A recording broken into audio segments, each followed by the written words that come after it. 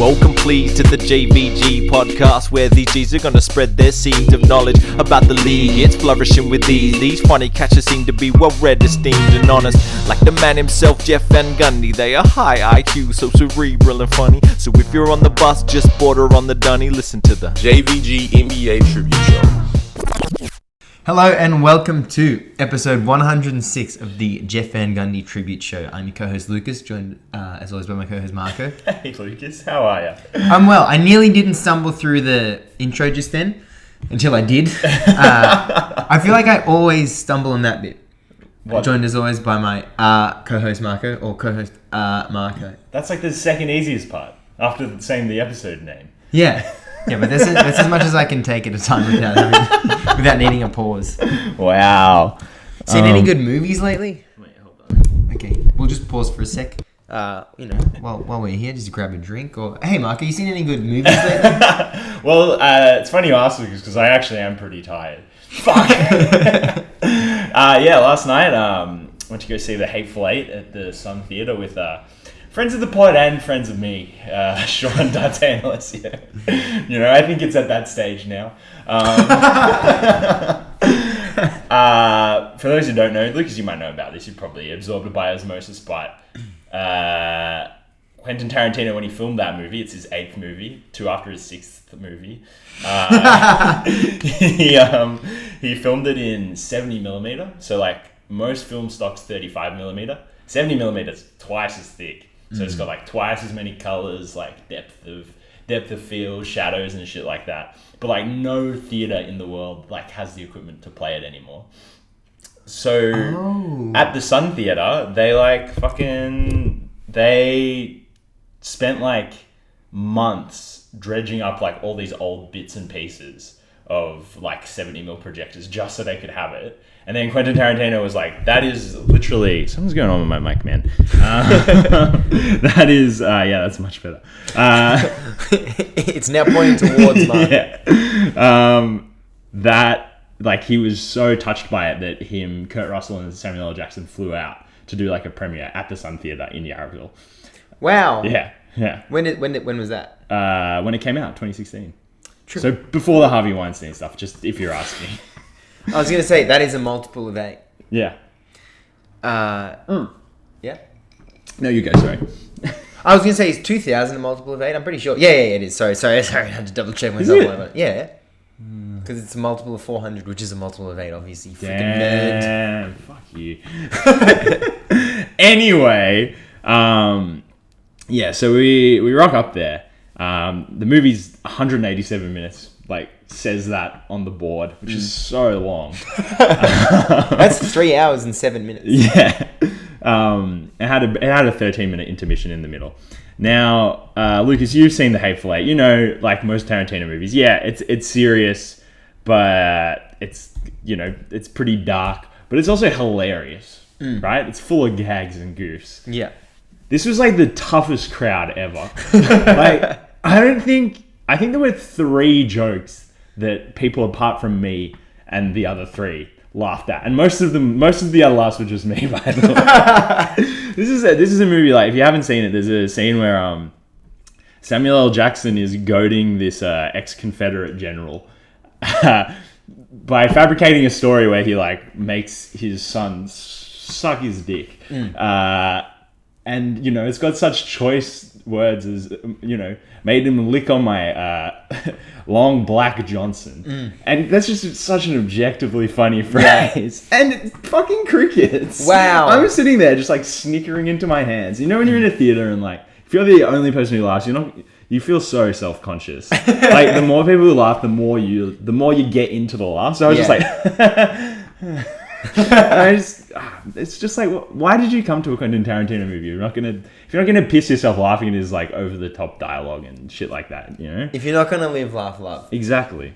I think that if it was my first time watching the movie and I was to laugh by myself, then I'd be like, oh, maybe this isn't supposed to be funny. But having seen The Hateful Eight, knowing that it's funny in that way, then going in and then laughing by myself, I would be like, I'm the only one experiencing this movie then. Yeah. I know I've prepared for this. I've done my training sessions, watching it once. and I know the funny bits. I know what bits I'm supposed to react at in what ways. Yeah, but it's also like this is like a special screening of a particular, a rare film stock of like a movie that came out 6 years ago. I assume most people in the theater had seen it before. Yeah. It was also on at 8 p.m. on a Monday night. Because fuck man, so they have it on the 8th of the month and then they have to have it at 8. And it's a 3-hour movie. That's just the worst setup possible. It is. It's quite bad. If you had it at 7, even that would be so much better. We didn't get out to 11:30. I don't think I got home till 20 past 12. That makes sense. If anyone's counting. How did you go sleeping after that? Actually slept fine. Yeah. Yeah, I had a good night's sleep. How'd the others go? Do you know? No, I have no idea. Do you guys keep up now without me or something? Yeah, we got film bro chat. What was it different watching it in 70mm, and how different? It actually was. I feel like it's one of those things where you're like, I'm not actually going to notice the difference. I'm a fucking rube. But the colors were so much more complex, if that makes sense. I think particularly at the beginning of the movie when Samuel L. Jackson first gets in Kurt Russell's Stagecoach, it's all icy outside, and it's there's real more complexity to the landscape, if that makes sense. If you watch it digital, it'll probably just look white, and this was all different tones. Yeah. And there were some close-ups of their faces in that scene. It was just oh my god, it looks so detailed. Yeah. You can see every crease in Samuel L. Jackson's face, and his beard's all peppery different colors. Yeah. Oh, nice. It was mostly just the colors. Yeah. Well, I'll have to come next time. Yeah. Every 8th of every month, I think, or every 8th of August. Isn't it once a year? Yeah, and it's only on in 2022 because 2 + 2 + 2. 2 times 2 Wait, hold times on. 2. Hey, damn. Times 0. Nice. Exactly. Yeah, equals Back to 0. Yeah. So it happens just 8th of 8th, and then at seat H8, there's the. So we thought. Oh. So Sean thought he'd H is the 8th letter of the alphabet. Sean thought he'd cheated the system because they didn't have the seat numbers when he was booking the seats, but he's I'll just count the rows and count the seat numbers over. But knowing our boy Sean, no He luck. got it wrong. No luck. Yeah, no luck Sean, as we call him. No cock Sean. He counted from the wrong side. Oh, so we had seat H16 or Right. something like that. But then, this guy gave a little presentation at the beginning of it. He's the person in seat H8, stand up. And we're oh my god, he's going to get the Blu-ray. And they just gave him a bag of lollies. There is one thing you do not need to add to an 8 p.m. A 3-hour movie at 8 p.m. on a Monday night is sugar. And a bag of vampire teeth, The worst. Yeah, exactly the actual worst flavored thing. Yeah. Just give. Oh, that sucks. Yeah. Especially if you're expecting a Blu-ray copy of the Hateful Eight. Yeah. Well, even then, Blu-ray, man. Oh, yeah. I wouldn't know what I would... if I'd sat in seat H8, I don't know what I would have done.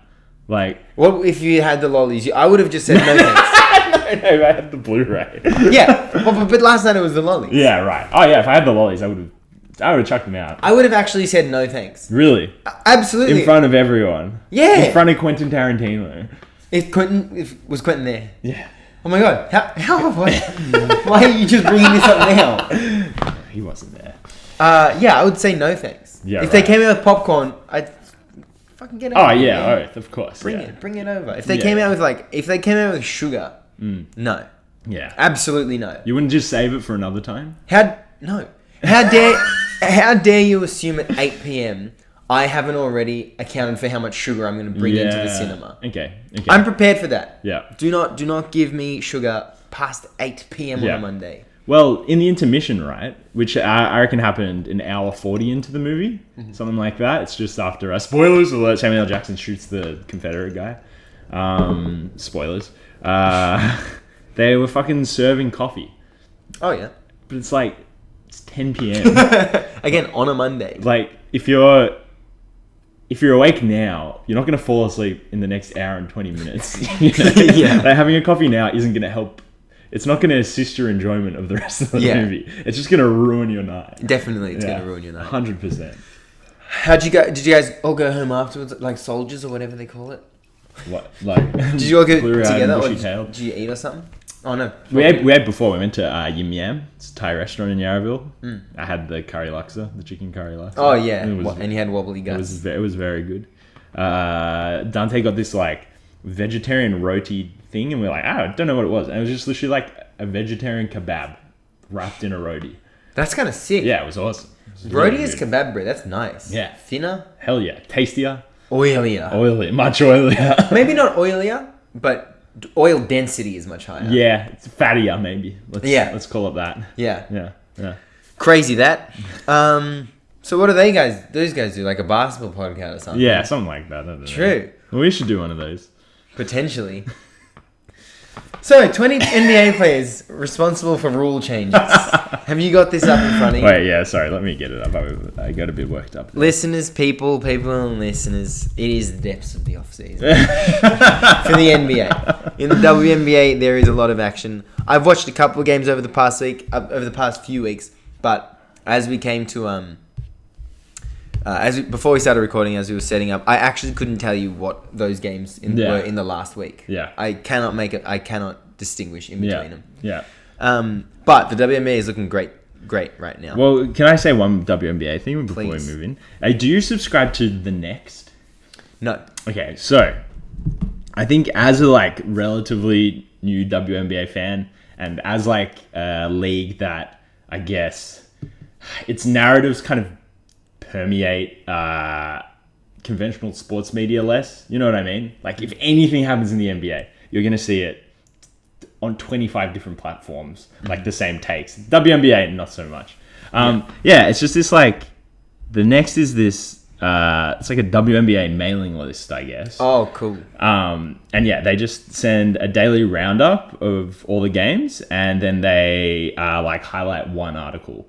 That's so good. And it's just so useful because it's like, it's not like fucking cleaning the glass or like, oh, these are like the fucking weird stats from today's games. It's like, they like tell you what the storylines are and everything. They're like, oh yeah, blah blah's injured, blah blah's back. And then yeah, the articles are like really insightful. So like, the one from a few days ago that I really enjoyed was about how the Dallas Wings got worse when their star player Erika Gumbawale returned from a 2-game absence. There you go. Just because, so you know, a good read about how she's one of the worst defenders in the WNBA, which hadn't really clicked to me. I was like, yeah, she's not a good defender, but it hadn't clicked to me that she's actually like statistically the worst defender in the WNBA. True. Is this an app or a website or something? It's like it's a mailing list, so it gets sent to your email. And then they have a website as well. So yeah, look them up. The Next, if you want a little WNBA bite every day in your inbox.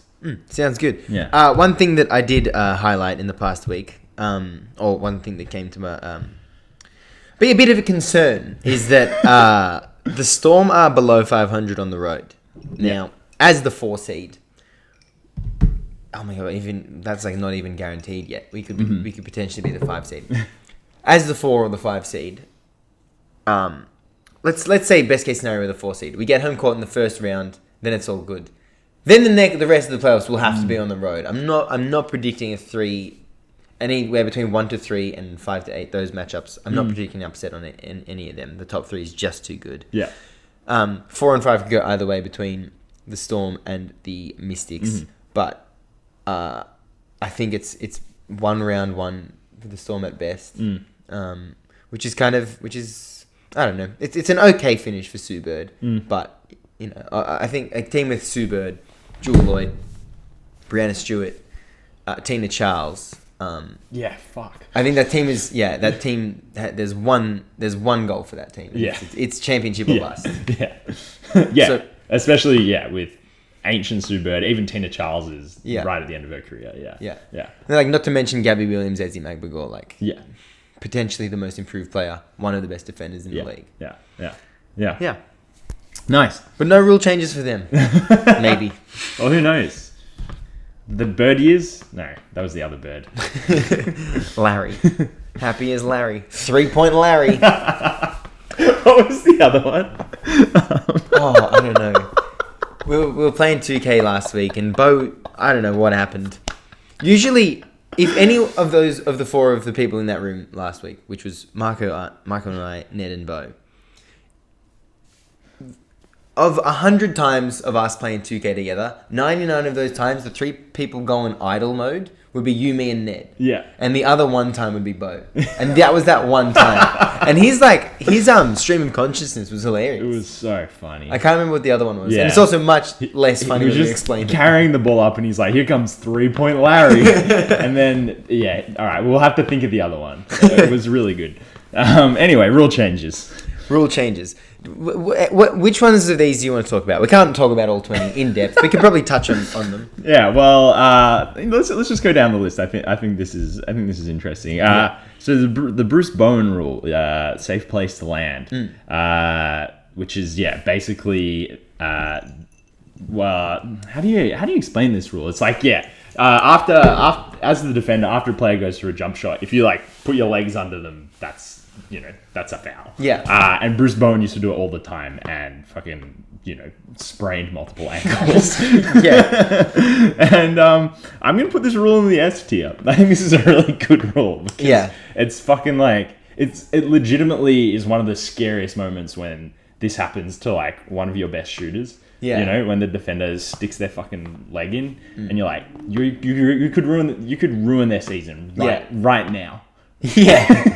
and it's so intentional. Yeah. And then Zaza did it to Kawhi a few years ago. Yeah. Fuck this bullshit, it wasn't dirty. What do you mean? He's not fast enough to be out of control on a closeout. Yeah. And then, it just ruined that series. Well, like a series that the Warriors probably would have won if Kawhi had been healthy. Or was that the first game of the season? Oh, bugger. Yeah, I can't remember. Who cares? Yeah. But, it's good. It's how often Bruce Bowen did it. He was a really great defender. And he just didn't need to do this. It's so scummy. Yeah, legit. But it's good that this is how it's being remembered, as the Bruce Bowen rule. Yeah. If you do it that many times, you need to be held to account. Yeah. And the prologue of this article is like, the league just introduced the Harden rule, which made it, harder to bait for free throws on jump shots. And it's like, fucking every time someone doesn't get a foul call on something like that, let's remember James Harden. Yeah. Yeah. Next on down, Magic Johnson, blood rule. Yeah, me. Now this one, S tier. I think anything that addresses HIV or AIDS, S tier. Yeah. And I'm sure, I think there was a lot of like unnecessary freak out when Magic tested. I mean, I think 30 years later, we know so much more about HIV than they did back then. Yeah. You can imagine how, a bunch of NBA players probably, when homophobic attitudes were a little bit more prominent as well, would feel about a player with HIV playing in their league. But this one makes complete sense. Yeah. I reckon on to the next one. Yeah. Kobe Bryant hand checking rule. Oh man, this has got to be F tier. Yeah. So what are the tiers before? Because I am saying this is definitely one of the lower ones. Yeah. But F is bottom, S is top. Yeah, I'm free balling, but basically it's like S, A, B, C, D, E, F. Oh, no. That's way too many, That's man. how they do it on the internet. That's how they do it on the YouTube. You said we could do it YouTube style. Off mic, you said we could do it YouTube style. And then you said one condition. It was for the gag. It was for the bit. Can we do S, A, B, C, F? Yeah, okay. I like that. Because that's much easier to keep track of. Okay,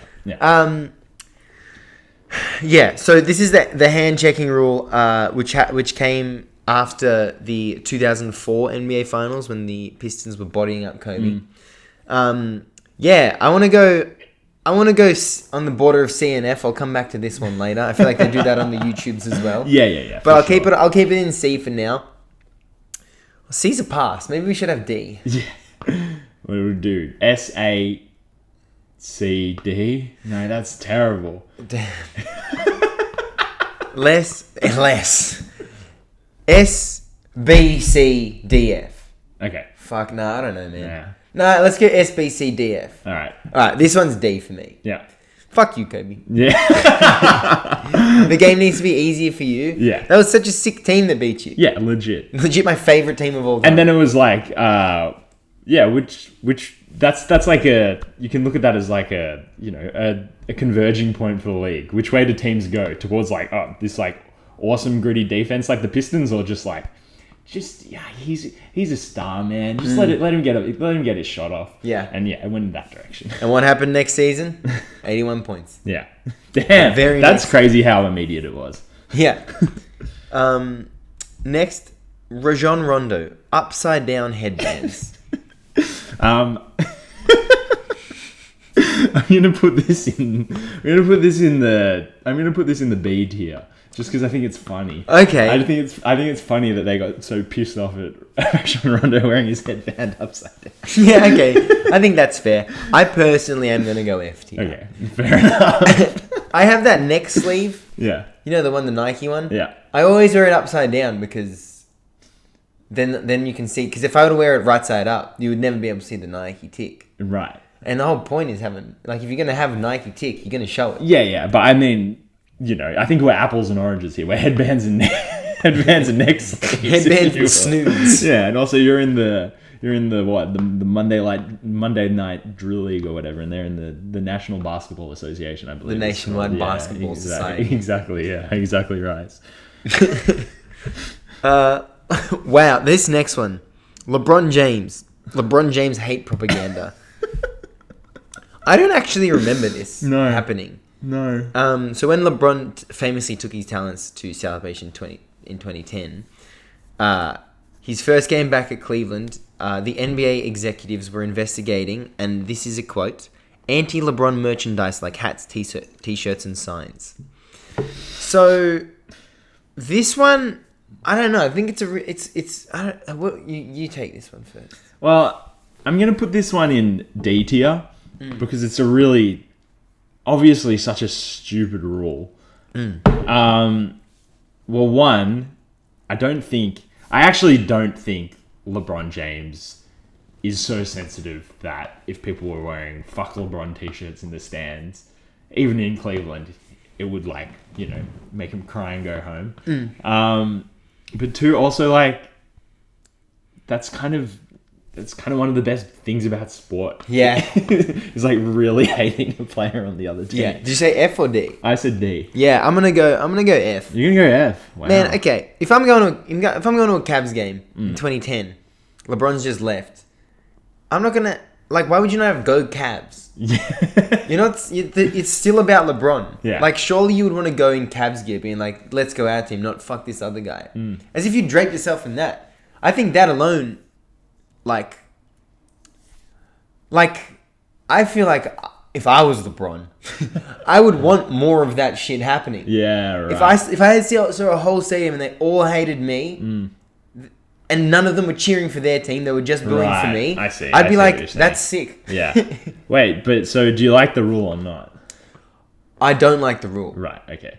Because they should be able to wear it. Right. Okay. Yeah. I get what you're saying. Yeah. Yeah. And then I don't like the reaction to be like, I don't want people to hate on me. It's like, I don't know, fucking hate on me. Yeah. If you're all gonna boo for me, I'm still the most important person in this stadium. And also, yeah, I think any player like that leaves his hometown team, you're gonna get a little bit of hate, buddy.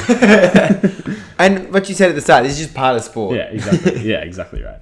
I love this one. Yeah, take it away. Wilt Chamberlain, everything. I feel like, do they even specify any of these? Yeah, so they do. I didn't even know this one because obviously no one would try this shit anymore. Shooters cannot cross the free throw line until the ball hits the rim because Wilt would just throw it against the backboard for dunks. That's insane. Yeah, that is insane. With regularity and with no one able to stop him as well. Yeah, I feel like I've never seen vision of that as well. I feel like of Wilt doing it. Yeah, the vision of Wilt generally is quite spotty. Yeah, but not once. No one caught it once. If it was that regular, then surely once it should happen. But I'm picturing like he does something once and they just quickly rewrite the rule book because he's just going to exploit that so much. I wouldn't mind if they removed that rule. I wouldn't mind if nowadays you could do that. Yeah. And maybe there'd have to be rules rules for how you can act in that scenario. Like if you're supposed to box the shooter out, you can just act smash your hip into them as they're going for the dunk. Right. Or something like that. Yeah, okay, I see what you're saying. Because now Wilt's not the only Wilt level Sorry, Wilt's not in the league anymore. But at the time, there was only one Wilt level athlete. Yeah. Now there's so many. Yeah, exactly. And like Shaq did it in that All-Star game when he was like 35 or something like that. So there are so many players capable of that. You'd love to see like Ja Morant do that. Yeah, like, definitely. Just absolutely leap. And also like, I love it when free throws are used. Missed free throws are used strategically. You know, like obviously all of Russell Westbrook's fans are on Twitter, every single one of them, and it was throwing up the Steven Adams, where he catches the rebound and then chucks it to Russ and he hits the really, really, really deep three. That's awesome, And I feel like getting rid of the crossing the free throw line rule would allow more shit like that. Even if you like catch it and like kick it out to someone for a three when you're 2 points down or whatever. Yeah, what this would also be great for is like Ben Simmons and Andre Drummond. Like, imagine the anticipation every time a bad free throw shooter went to the line, because it'd be like, it's a pretty high percentage shot. And like everyone would be looking for it. Maybe a rule could be, if you go for the free throw line alley and you get fouled on the way in, it doesn't count as a personal foul or a team foul. It just exists in that moment as a shooting foul or a blocking foul. Right. So it doesn't go towards the bonus or a player's total fouls. Yeah. So it doesn't fully impact the real game. There's just this like mini game that people might participate in. Yeah. I get what you're saying. Or just get rid of the foul at all. You can just absolutely clobber someone if they're going for the rebound dunk. I like the idea of like fouling Ben Simmons at the end of a game suddenly not being a good idea because you might because it's probably a guaranteed 2 points. Yeah. So for the Wilt Chamberlain rule, I think just the fact that they've highlighted everything. Yeah. They've introduced it as everything. Yeah. It's gotta be S tier. Yeah. Widen the paint, goaltending, offensive goaltending. A whole bunch of shit. And you think about all of it, and it's like it's all made the game better. Like think of if the paint was 12 feet. Here's this one. The ball cannot be inbounded over the backboard because inbounders standing underneath the basket would routinely lob the ball over the backboard to Wilt. Fucking hell. I want that one back as well. Last night we ran an inbound lob. Poseidon was like, Lukas, lob it to me. And I was like, God, you might actually dunk it. And he didn't. To be fair to Poseidon, it wasn't the best lob. And there were also two people in his way. But he finished it. Yeah, That's it wasn't so a dunk. sick. But like, that's what we're judging him on. Inbound lob. S tier play, like never, obviously so low percentage, but any time I get a side out in 2K, I'm getting my big and I'm rolling him to the basket. Next up we got Caron Butler. Can't chew straw. Now I wanna veer to the side. I want an adjacent tier. You don't have to edit this in. I'm gonna put just Caron Butler in F. Right. F tier. Okay. Yeah. Not the rule, just him. Fair. The fact that he chewed straw. Now, this isn't very clear. It says chewing straws. Do you reckon? No, it means like straw, like farm straw, right? I'm pretty sure Or it's not plastic It's straw. plastic I straw. think so. Okay, because that's terrible. If it was farm straw, I think that would be so fucking funny. But you had like a big, like long piece of hay sticking out of it. Yeah. And Any chance in the break of play, he's just standing there with his hands on his hips, just like a cowboy hat. Yeah. Only way I can only way Caron Butler can go on the road is if they go past Tallahassee. Yes. No, dude, it's a plastic straw. It's a plastic straw. Yeah. Why? Like, honestly, why? No, I can't tell you. This Yahoo Sports headline. Well, this sucks. NBA bans Caron Butler from chewing straws. Jesus. Why does that suck? Oh, it's a straw. So just putting Caron in F for that, and for that hair thing. Actually, no, the hair thing is kind of S tier. When he came the next day with so much more hair. I'm gonna put the rule in A tier because. No one should be chewing a straw, but I don't want to give the NBA credit for banning chewing straws. Yeah, I think that's the point of conflict for Yeah. me. It's like that Seinfeld joke where he's like, The fact that we invented the helmet is the dumbest thing ever. Like, we didn't stop doing activities that would put us in that position. We made a thing that would protect us so we could keep doing it. Here we got the Trent Tucker rule. Disallows any regular shot to be taken on the court if ball is put into play with less than 0.3 of a second left on the game or shot clock. So yeah, that's just, you can't get a shot clock off. You can't get a shot off with 0.2 or 0.1 seconds on the shot or game clock. Yeah. Yeah, I think this is a great one. I like that. And this goes back to your double tap and triangle on the inbound. But I like that they've just used an actual shot as evidence, and it's like, okay, cool. This is as close as it gets. We now know that if you were to try and put up a shot, then it just wouldn't count. Right. Like, they were just realistic about it, you know? They were just like, okay, cool. Like, if you go on anything less than that, then it's not gonna go. It's not gonna be good. Yeah. Okay, I like that perspective on it. I'm gonna put it in B tier though, because I think you should do everything you can to increase buzzer beaters. Very good. Yeah. Very good reasoning. I'm gonna put it in C tier if that still exists. If we can still do that. Very nice. Reggie Miller, the leg kick. Oh man. Reggaeton Reggie. God, a lot of these guys should be in F tier, at least for a couple of weeks. That's all I'm saying. 4 to 6 preferably. Oh, I didn't know that it took the league 88 months after Reggie's last game. Wow. I thought that he would at least have to, you know, surely if you're naming the rule after him, he should still be playing. And also, like, they're not naming the rule after him. Also, they said 88 months when they should have said 7.5 years. Oh, very good, Marco. Maths guy. It'll be 7 years and 4 months. I think this is a good rule, but as the article points out, although James Harden was somehow allowed to get away with it, like, yeah, was it really a rule? Like, yeah, true. I think this is A tier or whatever the one below S is. Yeah, I agree.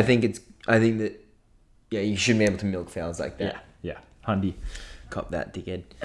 Allen Iverson, the dress code, F tier. F tier. So bad. Don't need to discuss this. So racist. Some even referred to it as plainly racist. I think we can all agree on that. Yeah. In this day and age. I think some has now turned into all, almost. Is this still a rule? Do you have to wear business casual into the arena? I mean, they're doing it.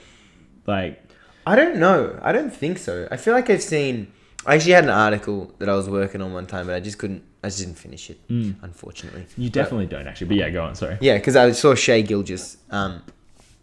He was in a t-shirt and jeans. And he had all these, like, accessories on. And the analogy I used was that it was a bad outfit. And it's like, what happens when you let a Greek person design a kitchen? Like, if you're going to have a feature splashback, a feature mountain island bench, a feature stovetop, then they're not all going to shine.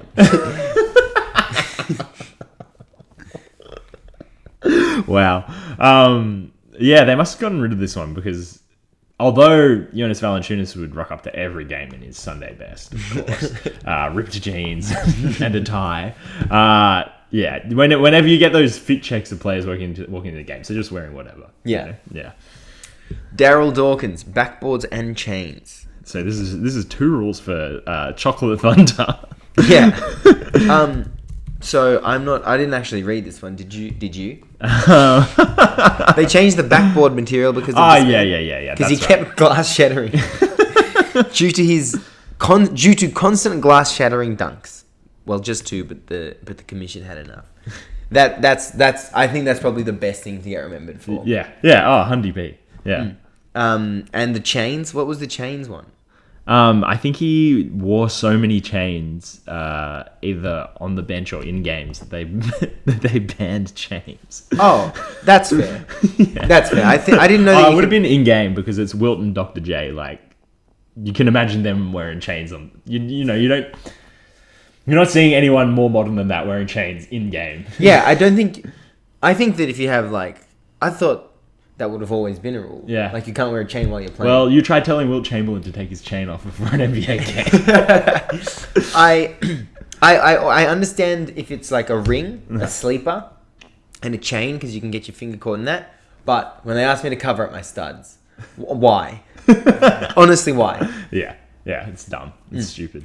And then also, I mean, don't even get me started. A City side netball. Although I did play a game last week and everything went really well. Oh, really? I didn't have to tape anything up. They didn't make you tape anything up. Yeah, I didn't get called for stepping. But as soon as I get the ball, I throw it. Yeah.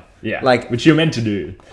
Is that true? Well, like, I feel like, yeah, if you're, like, they train you to just get rid of it as soon as you can. True. Well, you know, fucking complete tangent, but yeah, Alex's Thursday night team at the State Netball and Hockey Center.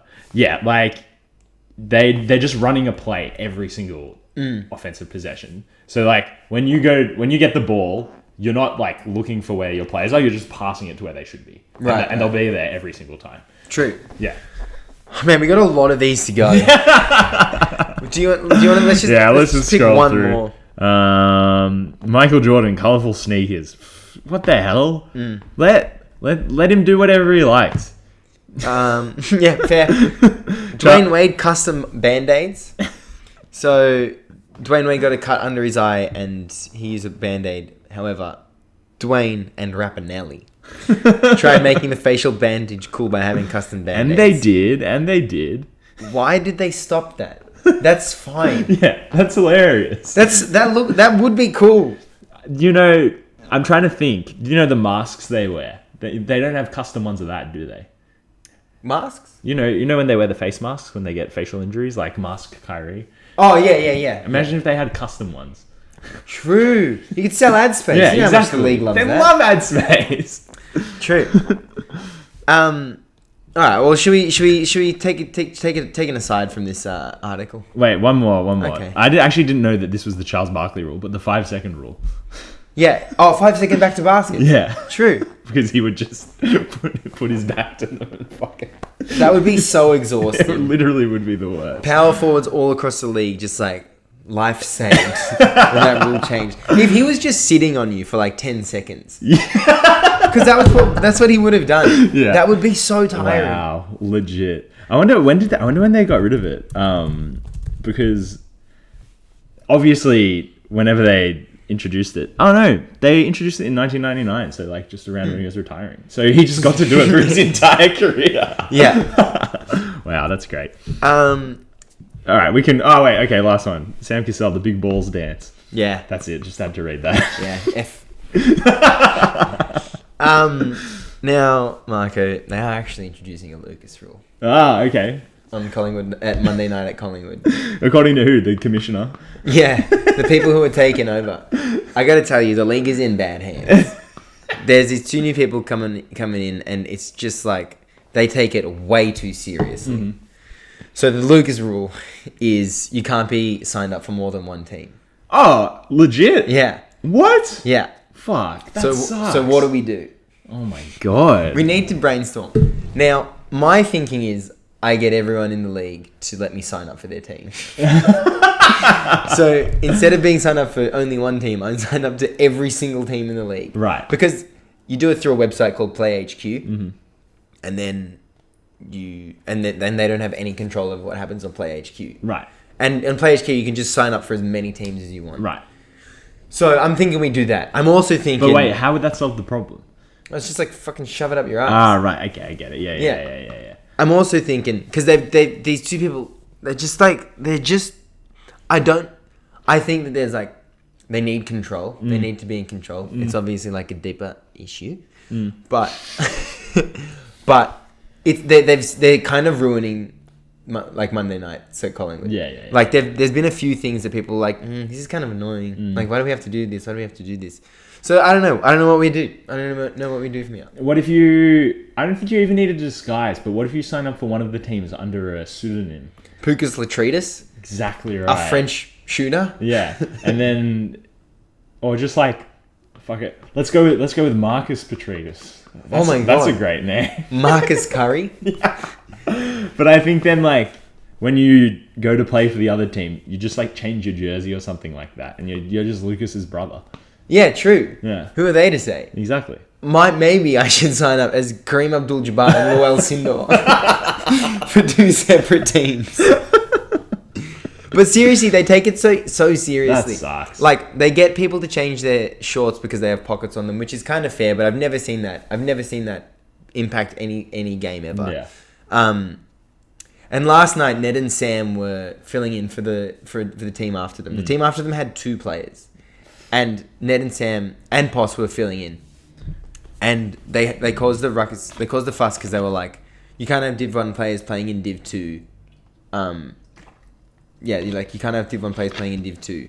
And like 5 minutes ran up. And they were like, if you want to do that, you're going to have to forfeit the game and you're going to have no refs.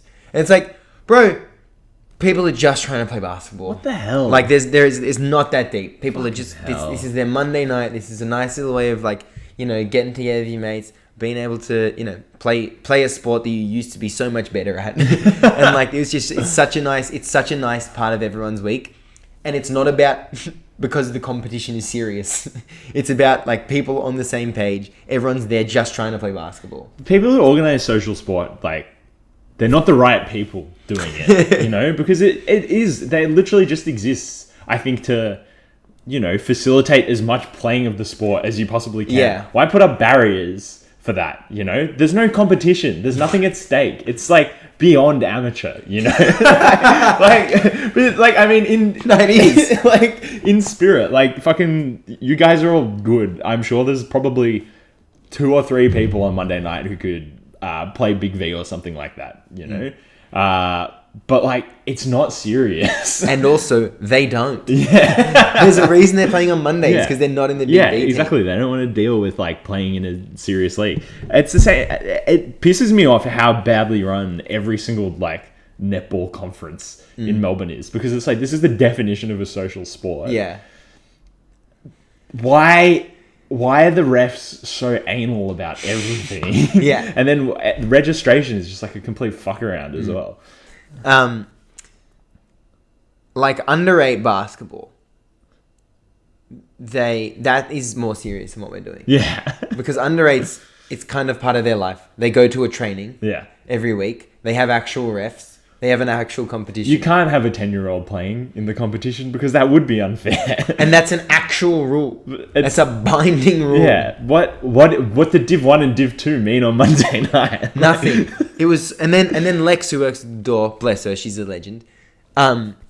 She had to get called over, like, sorted out, and she was just like, she's so over it.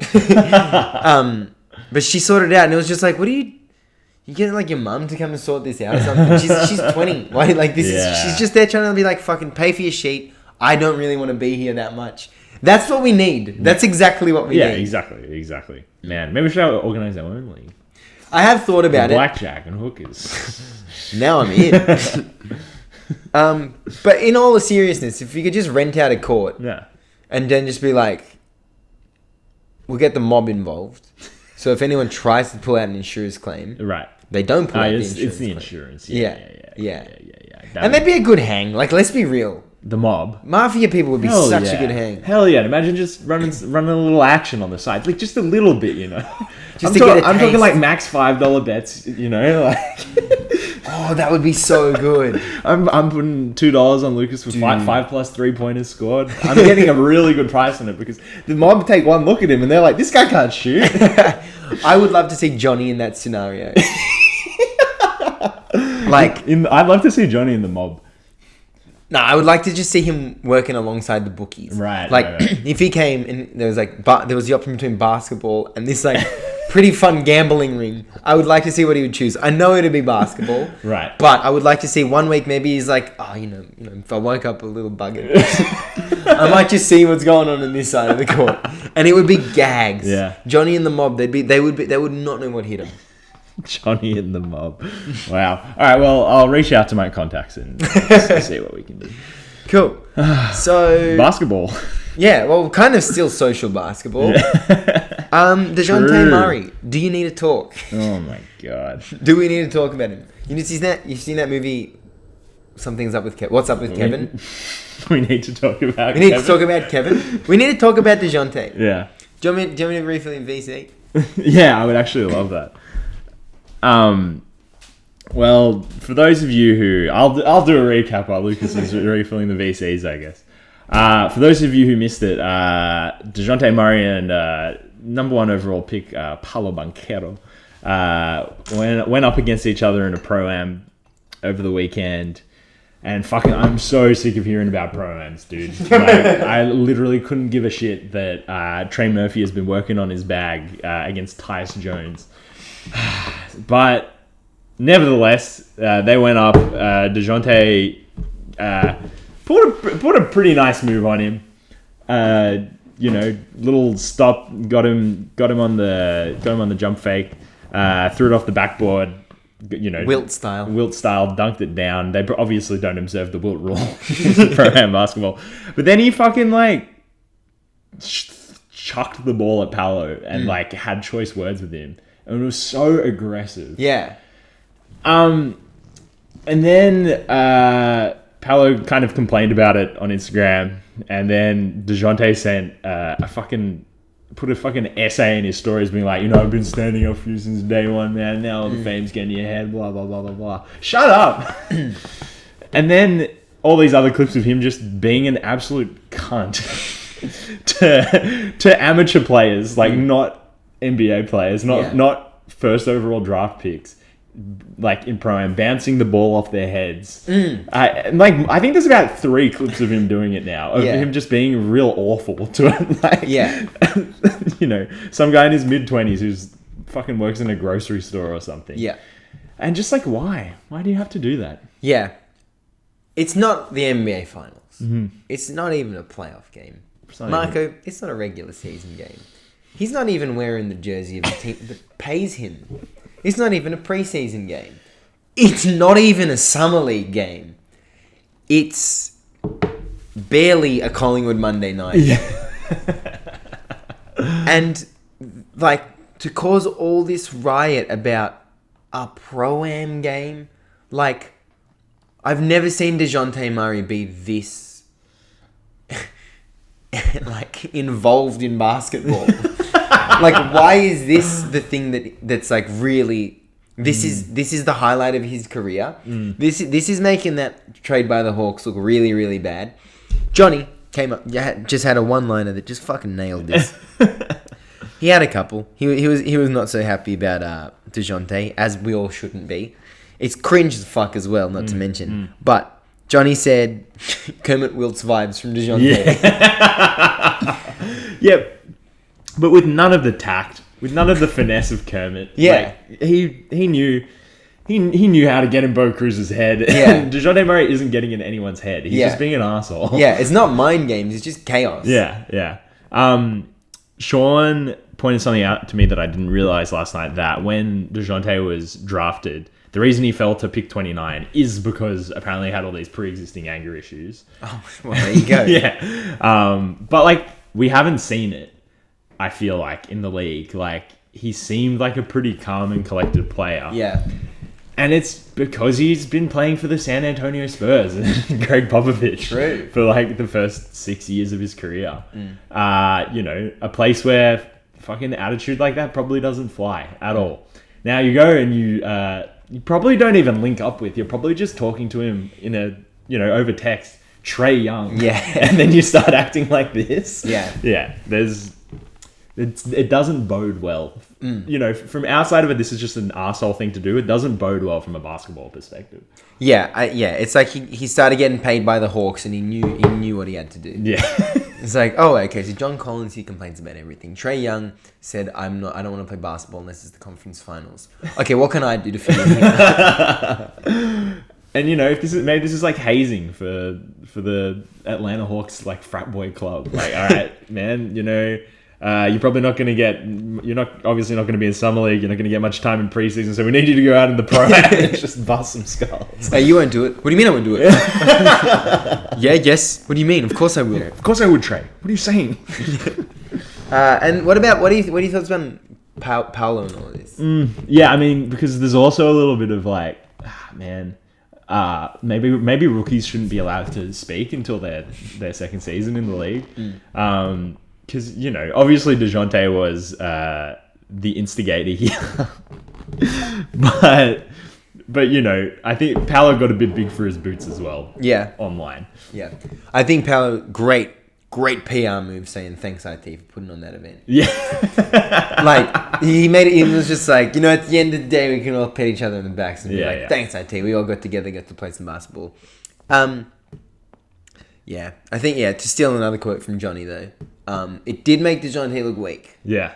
It's very weird by Dejounte, actually. Did you see the latest one where he pretends to chuck the ball at the guy after he gets the dunk? Yeah. Come on, man. That's like 14-year-old bully shit. Yeah. That's like I'm a latchkey kid. Like I've only met my father 6 times. Yeah. Like, That's could be. But now he's 26 and a millionaire. So yeah. I think the first one, if it was just the first one by itself, where he just bounced the ball on the guy's head and then hooks him, like so many fouls. Yeah. Call one of them. Yeah. But if that one were to be the only one, I think it'd actually be funny. And it'd be that video came out like a week and a half ago. I was like, that's funny. Yeah. Like that's rude, but that's funny. Yeah. Yeah, and if that was it by itself, I think we would all remember that moment in NBA history. And be like, man, that was so funny when Dejounte did that. Yeah. And now, a couple more things happen. And it's like, okay, that kind of makes it weird. Yeah. Now it's a pattern. Now the suit thing's kind of fucked up.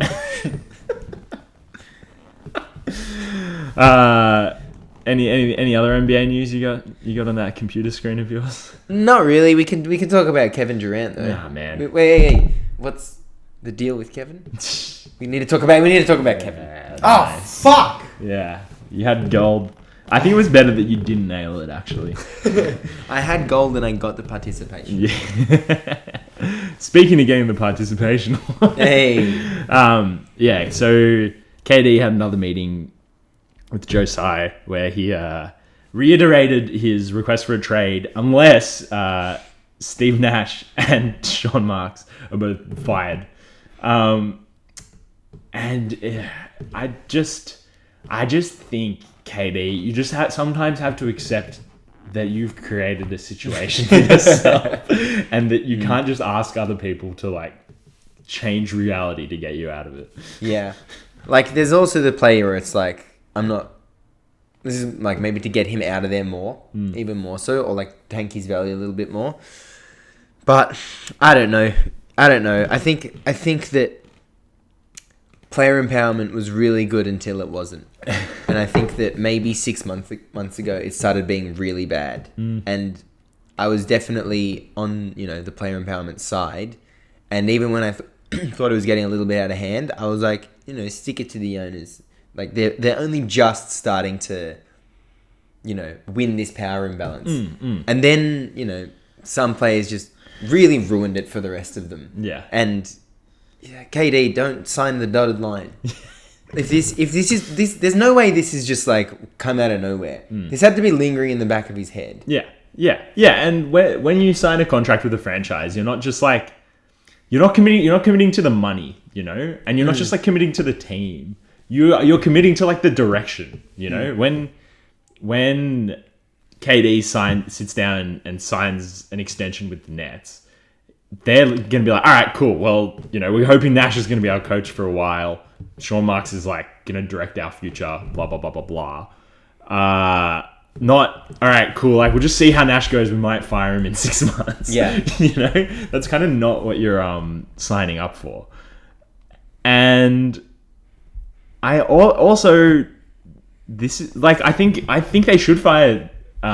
I think they should fire Nash. Yeah. I don't think he's actually a very good coach. Yeah. But I think the fact that he was the one that KD, specifically chose, because, whatever reason he knew he was going to play his mates and give him the role that he wanted.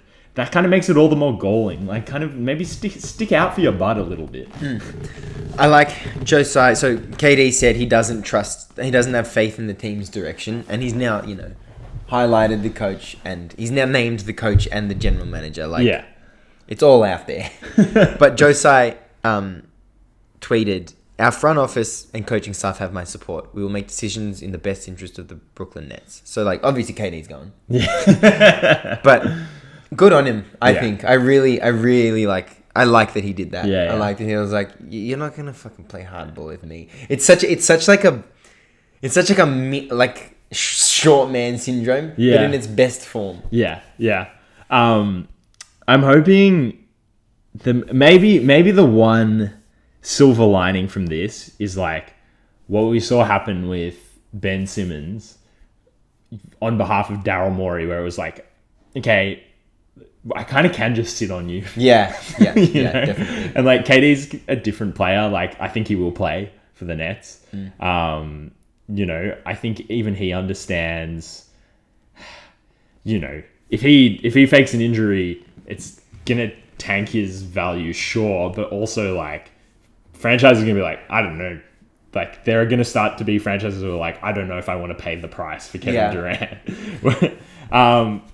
Whereas, like what happened with Ben Simmons, it was like, okay, this actually was a Morey master move at the end of the day. Like, just by sitting there and biding his time and waiting for the right deal to come. And I hope the Nets do that. Like, I hope they just fucking, even if there's nothing at the deadline, like, just sit on Kevin Durant. You have him for 4 years. Like, you're not going to be going anywhere next season anyway in terms of like future development. You're just either going to be a good or a bad team. So, why give in to this guy? Yeah. All right. Just some quick hitters, quick responses. Zion for KD. No. Okay. I can't remember his name. Bingers for KD. Oh man, like, no, but probably yes. Okay. CJ McCollum and Trey Murphy. Wow, absolutely. Okay. So we're figuring it out. Najee Marshall. For KD? Yes. Absolutely not. All right. CJ, Val, Devontae Graham, Jackson Hayes. Yes. So who are the no trades? Is it just Zion still? It's just Zion and it's probably Ingram. Okay. But that's just in the... Yeah, because I've thought about this a lot, right? Like, I'm pretty sure the Nets asked for...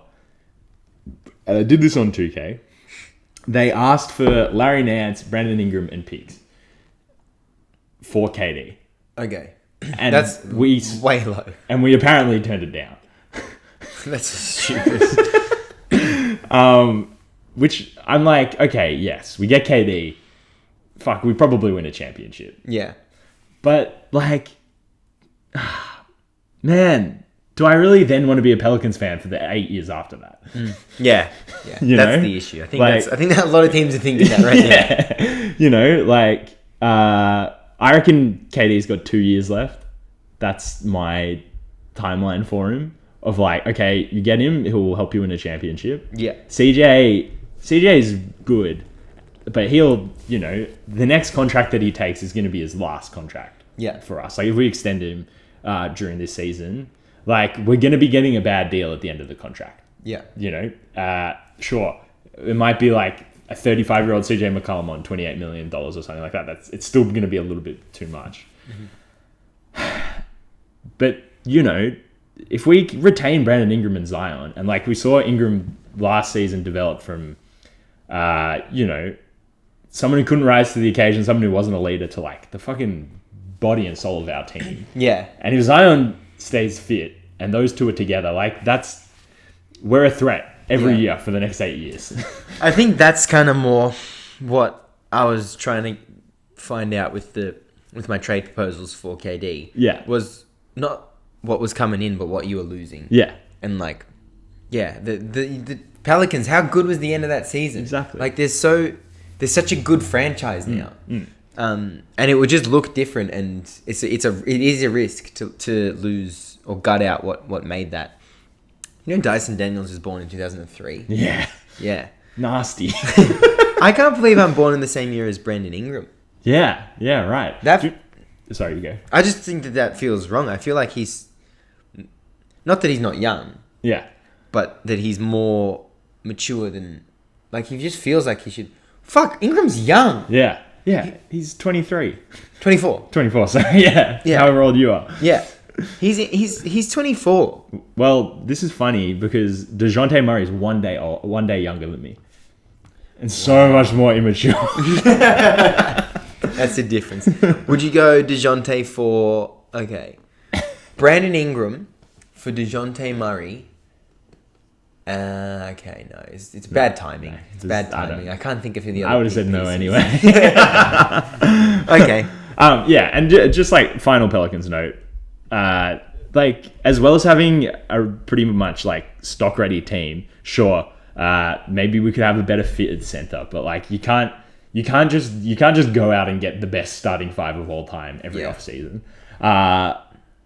You know, we have a team that's like ready to go, and then we have all of our picks, and we also have a bunch of the Lakers picks as well. Yeah, and the Bucks. Yeah, so it's just like there's not really, you know, we're in a good position without having to give anything up now. Why would we give everything up to get into like, sure, a really good position, but we're going to have to give everything up to get there. Yeah. Because, it's going to be Brandon Ingram, Larry Nance, and 5 picks. Yeah. All right. Well, good to catch up and talk about basketball again. Same time next week. Yeah, sure. No Wizards news? No? Nothing? Probably not. You haven't seen any fucking... What's his name? Johnny Davis? Is that his name? Yeah. Wow. Johnny Davis in the Pro-Am? No, I haven't. Has he been? I don't know. Yeah, I can't believe, like, I think it was pick 9. I feel like I would still be kind of riding the high of a lottery pick, usually. But I don't feel good about him. Really? Yeah. Damn. Yeah. Shit. Hopefully I'm wrong. Wow. And yeah. Oh, man. Again, Pelicans chat. But yeah, the fact that we got to pick 2 spots ahead of you this year was pretty incredible. Do you know this guy, Latavius Williams? You guys have the draft rights to him. Latavius Williams. Yeah. I don't understand what's going on here. He's 33. Wait a second. Wait. What? Dude, he got drafted in 2010. And you still have the draft and we rights. never picked him up. He never played in the NBA. Wait a second. He's playing in Korea right now. He has a basketball reference page. It has the pronunciation of his name, which is Latavius. How do you pronounce Williams? And then he has his Twitter. And then he hasn't even a nickname. What's his nickname? Tay. Okay. But there are no stats here. This is hilarious. It sounds like his rights so he got drafted by Miami with the 48th pick, and then his rights got traded to OKC in exchange for a future second round pick. Then I don't know how we ended up with his rights. Traded by the Whoa. 2015, 5 years later. Traded by the Oklahoma City Thunder with Ish Smith cash in a 2015 second round pick to the New Orleans Pelicans for a conditional second rounder that did not convey, and a conditional second rounder. So not even a player. No. And we got Ish Smith and wait, and Latavius Williams. So, fucking what? Surely they should void after a while. It's been 12 years. I would love if we picked him up. Like, oh man, you kind of feel bad for him, don't you? Like JV, Jackson Hayes, Larry Nance, Willie Hernan Gomez all go down with Achilles injuries, and they're like, fuck, we just need a 6'8" center. JV goes down, Levy goes up. Now Alan Tunes. I for one did not think we were gonna get to Latavius Williams' basketball reference page this episode, but I think that's a good place to end. As good as any. I'll see you next week. Yeah, see ya.